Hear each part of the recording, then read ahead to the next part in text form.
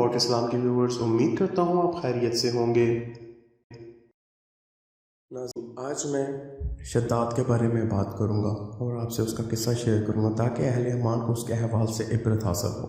حقیقت یہ ہے کہ عاد کے 2 بیٹے تھے، ایک کا نام شدید تھا اور دوسرے کا نام شداد تھا، اور دونوں حفظ اقلیم کے بادشاہ تھے۔ ان دونوں کا مسکن ملک شام تھا۔ شدید تو تقریباً 700 برس تک بادشاہی کر کے مر گیا۔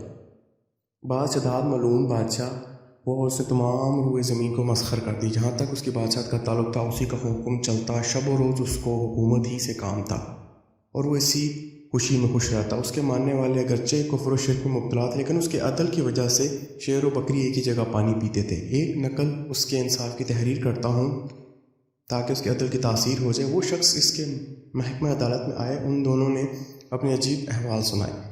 ایک شخص بولا، میں نے اس سے 1 کتا زمین کا لیا ہے اور پوری قیمت دے کر اپنا قبضہ لیا ہے۔ میں نے اس زمین میں خزانہ پایا، وہ اس کو دیتا ہوں اور یہ کہتا ہے کہ میں نے تو زمین کو بیچا ہے، اس میں خزانہ کو ہرگز نہیں لیتا۔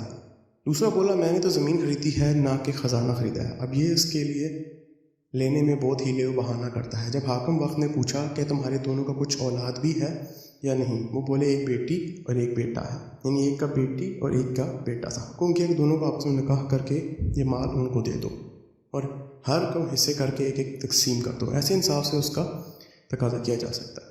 حضرت ہود علیہ السلام نے جب اس کو دعوت ایمان پیش کی اور ایمان لانے کے واسطے اس کو کہا کہ تو وہ کہنے لگا کہ اگر میں تمہارا دین قبول کر لوں تو ہم کو کیا فائدہ؟ حضرت علیہ السلام نے فرمایا کہ حق تعالیٰ تجھ کو اس کے عوض بہشت عنایت کرے گا اور ہمیشہ تجھ پر اپنا فضل و مہربانی رحمت فرمائے گا۔ حضرت علیہ السلام نے اس کی اچھی اچھی باتیں بتائیں تو آخر میں اس کے واسطے نجات کا سبب بن سکتی تھی، لیکن اس ملعون نے ان بھلی باتوں پر کچھ بھی احساس و خیال نہ کیا۔ مزید کہنے لگا کہ اے ہود، تو مجھے بہشت کی طمع دلاتا ہے؟ میں نے بہشت کی صرف سنی ہے اور میں اس دنیا کی میں مثل اس کے بہشت بناؤں گا۔ اس مکالمے کے بعد اس ملعون نے اسی وقت ہر ایک ملک کے بادشاہ، وزیروں اور کابروں کو خطوط لکھے، اس کے زیر تابع تھے۔ اس میں لکھا کہ تمام ملک میں جس جگہ ہم زمین ہموار اور میدان مسا نشیب و فراز میں نہ ہو، اس کی جلد اس کو اطلاع کرے، ہم اس جگہ پر بہشت بنانے کا ارادہ رکھتے ہیں۔ اس کے بعد فوراً اپنی قاصد ہر جگہ بھیجے تاکہ وہاں سے سونا چاندی جواہرات لے کر چل آ جائیں۔ اس وقت شداد کے زیر حکم 1000 ملک اور 1000 بڑے شہر تھے اور ملک اور شہر میں تقریباً 1 لاکھ ہاتھی موجود تھے۔ بہت ہی شدید جستجو کے بعد خطہ عرب میں ایک قطعہ زمین جس کی مسافت 40 فرسنگ کی تھی ملا۔ حکم ہوا کہ 3000 استاد پیمائش کریں اور ہر ایک استاد کے ساتھ 100 بہترین کاریگر ہوں گے۔ سب سے پہلے 40 گز زمین نیچے سے کھود کر سنگ مرمر سے بنیاد بہشت کی رکھو۔ چنانچہ اس کے حکم سے بنیاد درست کی گئی اور اس کی دیواریں چاندی و سون اونٹے سے اٹھائی گئیں۔ چھت اور ستون زنبور سبز سے بنائے گئے۔ چنانچہ اللہ تعالیٰ نے حضرت رسالت بنا صلی اللہ علیہ وسلم کو شداد العین کی بہشت کے حال سے اور ستونوں سے اس کی خبر سنا دی۔ کسی نے ایسی بہشت نہیں بنائی۔ کیا تو نے نہیں دیکھا کیسا؟ کیا رب تیرے نے عاد سے جو ارم سے بڑے ستون بناتے تھے، جو کسی شہر میں ویسا بنا نہیں؟ فائدہ یعنی عاد ایک قوم تھی اور ارم اس میں ایک قبیلہ تھا اور ان میں سلطنت تھی۔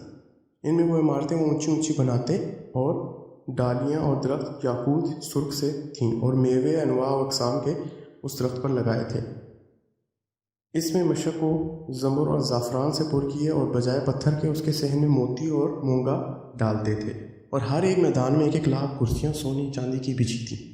ہر کرسی کے سامنے 1000 خوان میں جملہ اقسام کی طرح طرح کی نعمتیں رکھی تھیں، یہاں تک کہ 300 برس میں اس کا سر انجام ہوا اور وکیلوں کو ہر ملک میں بھیجا کہ درہم بھر چاندی کے الگ نہ چھوڑو، سب اس بہشت میں لا کر جمع کر دو۔ سارے ملک کے لڑکے اور لڑکیاں خوبصورت و حسین دیکھ کر مشرق میں جو اس کا مقام تھا ادھر جمع کی، ماند و خرو غلمان کے بہشت میں اس کی خدمت میں رہیں، مگر مکمل 10 برس تک وہ کافر شداد ارادہ کرتا رہا کہ بہشت جا کر دیکھے، لیکن خدا تعالیٰ کو منظور نہ تھا۔ وہ اپنی بنائی بہشت میں جاوے ایک روز کمال خواہش سے 200 غلام ساتھ لے کر بہشت دیکھنے گیا تھا۔ جب وہ بہشت کے نزدیک جا پہنچا، اپنے غلاموں کو چاروں میدانوں میں بھیجا اور ایک غلام کو ساتھ لے کر چاہا کہ بہشت میں داخل ہو تو بہشت کے دروازے پہ ایک شخص کھڑا تھا۔ اس نے پوچھا، تو کون ہے؟ اس نے جواب دیا کہ میں مالک الموت ہوں۔ شداد نے کہا، تو یہاں کیوں آیا؟ مالک الموت نے جواب دیا کہ میں یہاں تیری روح قبض کرنا ہے۔ شداد نے کہا، تو ذرا مجھے مہلت دے تاکہ میں اپنی بنائی بہشت کو دیکھ لوں۔ مالک الموت نے کہا، خدا کا حکم نہیں کہ تو اپنی بنائی ہوئی بہشت میں جاوے، کیونکہ تجھے کو دوزخ میں جانا ہے۔ پھر شداد نے کہا کہ چھوڑ میں گھوڑے سے اتروں۔ مالک الموت نے کہا نہیں۔